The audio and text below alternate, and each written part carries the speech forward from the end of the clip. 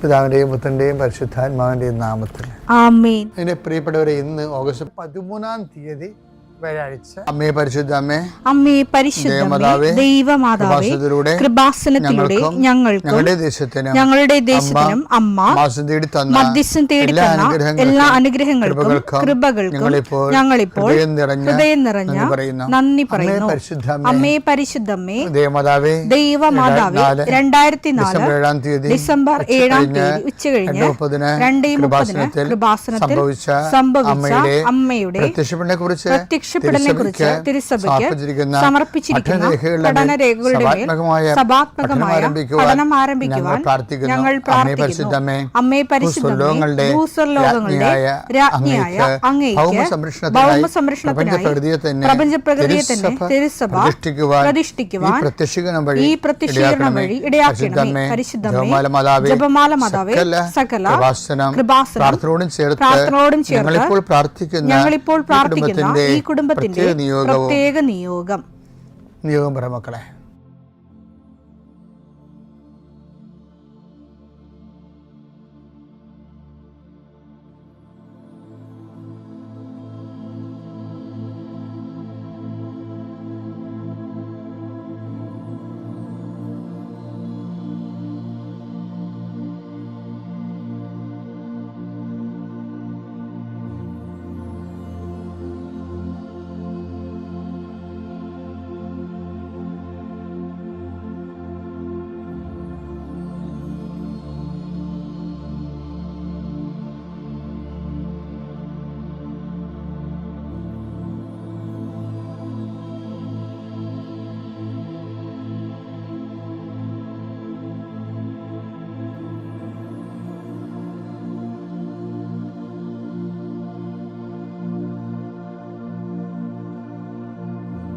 അമ്മയുടെ പ്രത്യക്ഷീകരണത്തിന്റെ ഈ അനുഗ്രഹവേളയിൽ ഞങ്ങൾക്ക് സാധിച്ചു തരുവാൻ കനിയണമേ. ആമേൻ. വിശ്വാസ പ്രമാണം. സർവശക്തനായ പിതാവും ആകാശത്തിന്റെയും ഭൂമിയുടെയും സൃഷ്ടാവുമായ ദൈവത്തിൽ ഞാൻ വിശ്വസിക്കുന്നു. അവിടുത്തെ ഏകപുത്രനും ഞങ്ങളുടെ കർത്താവുമായ ഈശോമിശിഹായിലും ഞാൻ വിശ്വസിക്കുന്നു. ഈ പുത്രൻ പരിശുദ്ധാത്മാവിനാൽ ഗർഭസ്ഥനായി കന്യകാമറിയത്തിൽ നിന്ന് പിറന്ന് പൊന്തിയോസ് പീലാത്തോസിന്റെ കാലത്ത് പീഡകൾ സഹിച്ച് കുരിശിൽ തറയ്ക്കപ്പെട്ട് മരിച്ച് അടക്കപ്പെട്ട് പാതാളങ്ങളിൽ ഇറങ്ങി മരിച്ചവരുടെ ഇടയിൽ നിന്ന് 3-ാം നാൾ ഉയർത്ത് സ്വർഗത്തിലേക്ക് എഴുന്നള്ളി സർവശക്തിയുള്ള പിതാവായ ദൈവത്തിന്റെ വലതുഭാഗത്തിരിക്കുന്നു. അവിടെ നിന്ന് ജീവിക്കുന്നവരെയും മരിച്ചവരെയും വിധിക്കുവാൻ വരുമെന്നും ഞാൻ വിശ്വസിക്കുന്നു. പരിശുദ്ധാത്മാവിലും ഞാൻ വിശ്വസിക്കുന്നു. വിശുദ്ധ കത്തോലിക്കാ സഭയിലും പുണ്യവാന്മാരുടെ ഐക്യത്തിലും പാപങ്ങളുടെ മോചനത്തിലും ശരീരത്തിന്റെ ഉയർപ്പിലും നിത്യമായ ജീവിതത്തിലും ഞാൻ വിശ്വസിക്കുന്നു. ആമേൻ. സ്വർഗ്ഗസ്ഥനായ ഞങ്ങളുടെ പിതാവേ, അങ്ങയുടെ നാമം പൂജിതമാകണമേ. അങ്ങയുടെ രാജ്യം വരണമേ.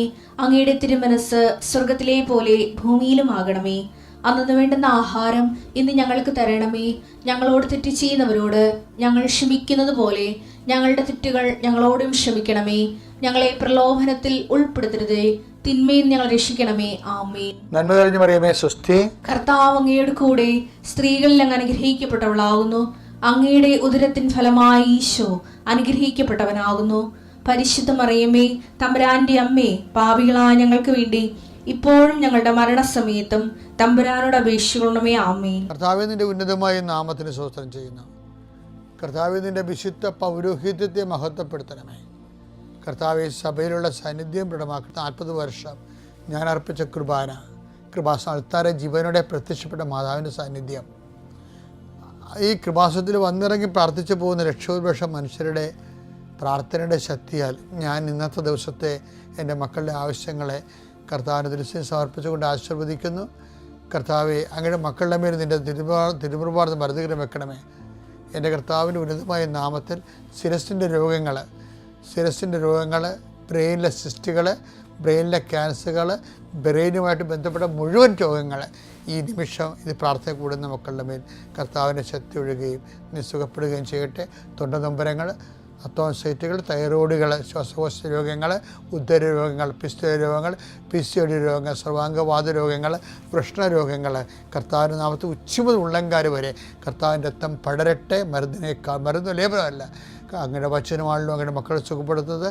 വചനത്തിൻ്റെ കരുത്ത ശക്തിയാൽ യേശുക്രിസ്തു ഉന്നതമായ നാമത്തിൽ അങ്ങനെ മക്കൾ സൗഖ്യം പ്രാപിക്കട്ടെ. കർത്താവ്, ഇന്നത്തെ യാത്ര, ഇന്നത്തെ സംസാരം, ഇന്നത്തെ കമ്മ്യൂണിക്കേഷൻസ്, ഇന്നത്തെ ഒപ്പുകൾ, ഇന്നത്തെ എഴുത്തുകൾ, ഇന്നത്തെ ഉപയോഗിക്കുന്ന വാഹനങ്ങൾ, കർത്താവ് ഇന്ന് ചെയ്തു തീർക്കേണ്ട എല്ലാ ഉത്തരവാദിത്തങ്ങളും കണ്ടുമുട്ടുന്ന എല്ലാ വ്യക്തികളുടെ മേലും എൻ്റെ മക്കളുടെ മേൽ കർത്താവിൻ്റെ ശക്തി പ്രവർത്തിക്കുകയും മാതാവിൻ്റെ മധ്യസ്ഥത്തിൽ സഞ്ചാരി മാതാവ് സമയത്തിൻ്റെ അധികാരം നിലമേലങ്കിയാൽ നിങ്ങളെ പൊതുകയും സന്തോഷത്തോടെ നിങ്ങൾ രാത്രി തിരിച്ചു വരാൻ ദൈവം അനുവദിക്കുകയും ചെയ്യട്ടെ. മക്കളെ, നമ്മൾ ഇപ്പോൾ ഈ സീരീസിലുണ്ടല്ലോ, നമ്മൾ ഒരു ടോപ്പിക് എടുത്തിട്ട് അതിൻ്റെ ഘടനകൾ എങ്ങനെയാണ് നമ്മൾ പരിശോധിച്ച് എങ്ങനെയാണ് കൃപയിൽ വളരുന്നതെന്ന് നോക്കുകയാണ്. അതായത് ഇപ്പോൾ നമ്മളെ തന്ത്രം അതിൻ്റെകത്തുള്ള അവൻ്റെ നാമത്തിൽ വിശ്വസിക്കുന്നവർക്കെല്ലാം ദൈവമക്കളാകാനുള്ള കഴിവ് നൽകി. ഈ കഴിവെന്നാണ് കൃപയെന്ന് പറയണത്. കൃപയെന്ന് പറയണത് യോഹന്നാൻ 1:12 നമ്മൾ 1:16 വരുമ്പോൾ അവൻ്റെ നാമത്തിൽ വിശ്വസിക്കുന്നവർക്കെല്ലാം കൃപയ്ക്ക് മേൽ കൃപ ലഭിച്ചിരിക്കുന്നു. അപ്പോൾ മേൽകൃപ എന്ന് പറഞ്ഞാൽ അപ്പോൺ ഗ്രേസ്. ഈ അതീത കൃപ നമുക്ക് ലഭിക്കുന്നതിന് വേണ്ടി നമുക്കെന്താ വേണ്ടത്? ഫെയ്ത്ത് അപ്പോൺ ഫെയ്ത്ത് വേണമെന്ന് പറഞ്ഞായിരുന്നു. ഫെയ്ത്ത് അപ്പോൺ ഫെയ്ത്തിൻ്റെ വൺ സ്റ്റെപ്പാണ് ഇന്നലെ നമ്മൾ കണ്ടത്. ദൈവം സൈലൻസ് ആയിരിക്കുമ്പോൾ നമ്മൾ സിൻസിയർ ആയിരിക്കണം. When God is silence we must tune to the sincerity. അത് നമ്മൾ സത്യസന്ധമായിട്ടാണ് വിഷയം. അപ്പോൾ ചില ആൾക്കാർക്ക് എന്താ സംഭവിക്കണമെന്ന് വെച്ചാൽ ദൈവം സൈലൻസ് ആകണമെങ്കിൽ പിന്നെ ഇവർ ഉഴപ്പാൻ തുടങ്ങും. അപ്പോൾ അവർ ദൈവമക്കളല്ലല്ലോ. ഞാൻ പ്രാർത്ഥിച്ചിട്ട് ഉത്തരവാദിത്തം കിട്ടണില്ല, അതുകൊണ്ട് ഞാൻ എഴുന്നേക്കണ താമസിക്കും, പിന്നെ അതൊരു സേവനം കുറക്കും, പ്രവർത്തനം കുറക്കും, ഉഴപ്പാൻ തുടങ്ങും സൈലൻസ് ആകുമ്പോൾ. ഇങ്ങനെയുള്ള ആൾക്കാർ ഉഴപ്പി പോകണമെന്ന് തന്നെയാണ് ദൈവം ഉദ്ദേശിക്കുന്നത്. അതാണ് കർത്താവ് സൈലൻസ് ആണ്. ഇനി രണ്ടാമത്തെ സെക്ഷനിൽ വരുമ്പോൾ ഫെയ്ത്ത് അപ്പോൺ ഫെയ്ത്ത് എന്ന് പറയുമ്പോൾ ഈ കാനൻകാരിയുടെ പെർസിവറൻസ് ഭയങ്കരമാണ്. അവൾ ആ ഉദ്യമത്തിൽ നിന്ന് മാറുന്നില്ല. എന്നാൽ അവൻ ഒരു വാക്ക് പോലും ഉത്തരം പറഞ്ഞില്ല. ശിഷ്യന്മാർ അവനോട് അഭ്യർത്ഥിച്ചു, അവളെ പറഞ്ഞയച്ചാലും അവൾ നമ്മളുടെ പിന്നാലെ വന്ന് നിലവിളിക്കുന്നു. അതെന്താ പ്രശ്നം വെച്ച് കഴിഞ്ഞാൽ, ഇവള് ശിഷ്യന്മാരുടെ അടുത്ത് ഒരു മധ്യസ്ഥ പ്രാർത്ഥന പോലെ പറഞ്ഞില്ലെങ്കിലും കണ്ണ് കാണിച്ച് കളയും. ഒന്ന് പറയാ എനിക്ക് വേണ്ടി പറയാൻ ആരുമില്ല, എനിക്ക് കർത്താവിനെ പരിചയമില്ല. അപ്പം കർത്താവിനെ പരിചയമില്ലാഞ്ഞിട്ട് പോലും ഇവള് കർത്താവിൻ്റെ കരുണയിൽ ഭയങ്കര വിശ്വാസമാണ്. ചില ആൾക്കാർ രക്ഷപ്പെടുന്നത് അങ്ങനെയാണ്. കർത്താവിനെക്കുറിച്ചൊന്നും അറിയത്തില്ല, പക്ഷെ ഒരു കാര്യം അറിയാം, കർത്താവ് കരുണയുള്ളവനാണെന്ന്. ക്രിസ്തുവിനെക്കുറിച്ച് എന്താണ് അടിസ്ഥാനപരമായിട്ട് അറിയേണ്ടതെന്ന് വെച്ചാൽ ദൈവത്തെക്കുറിച്ച് അറിയേണ്ടത് വെച്ചാൽ ദൈവം കരുണയുള്ളവനാണെന്ന് തന്നെയാണ് അറിയേണ്ടത്.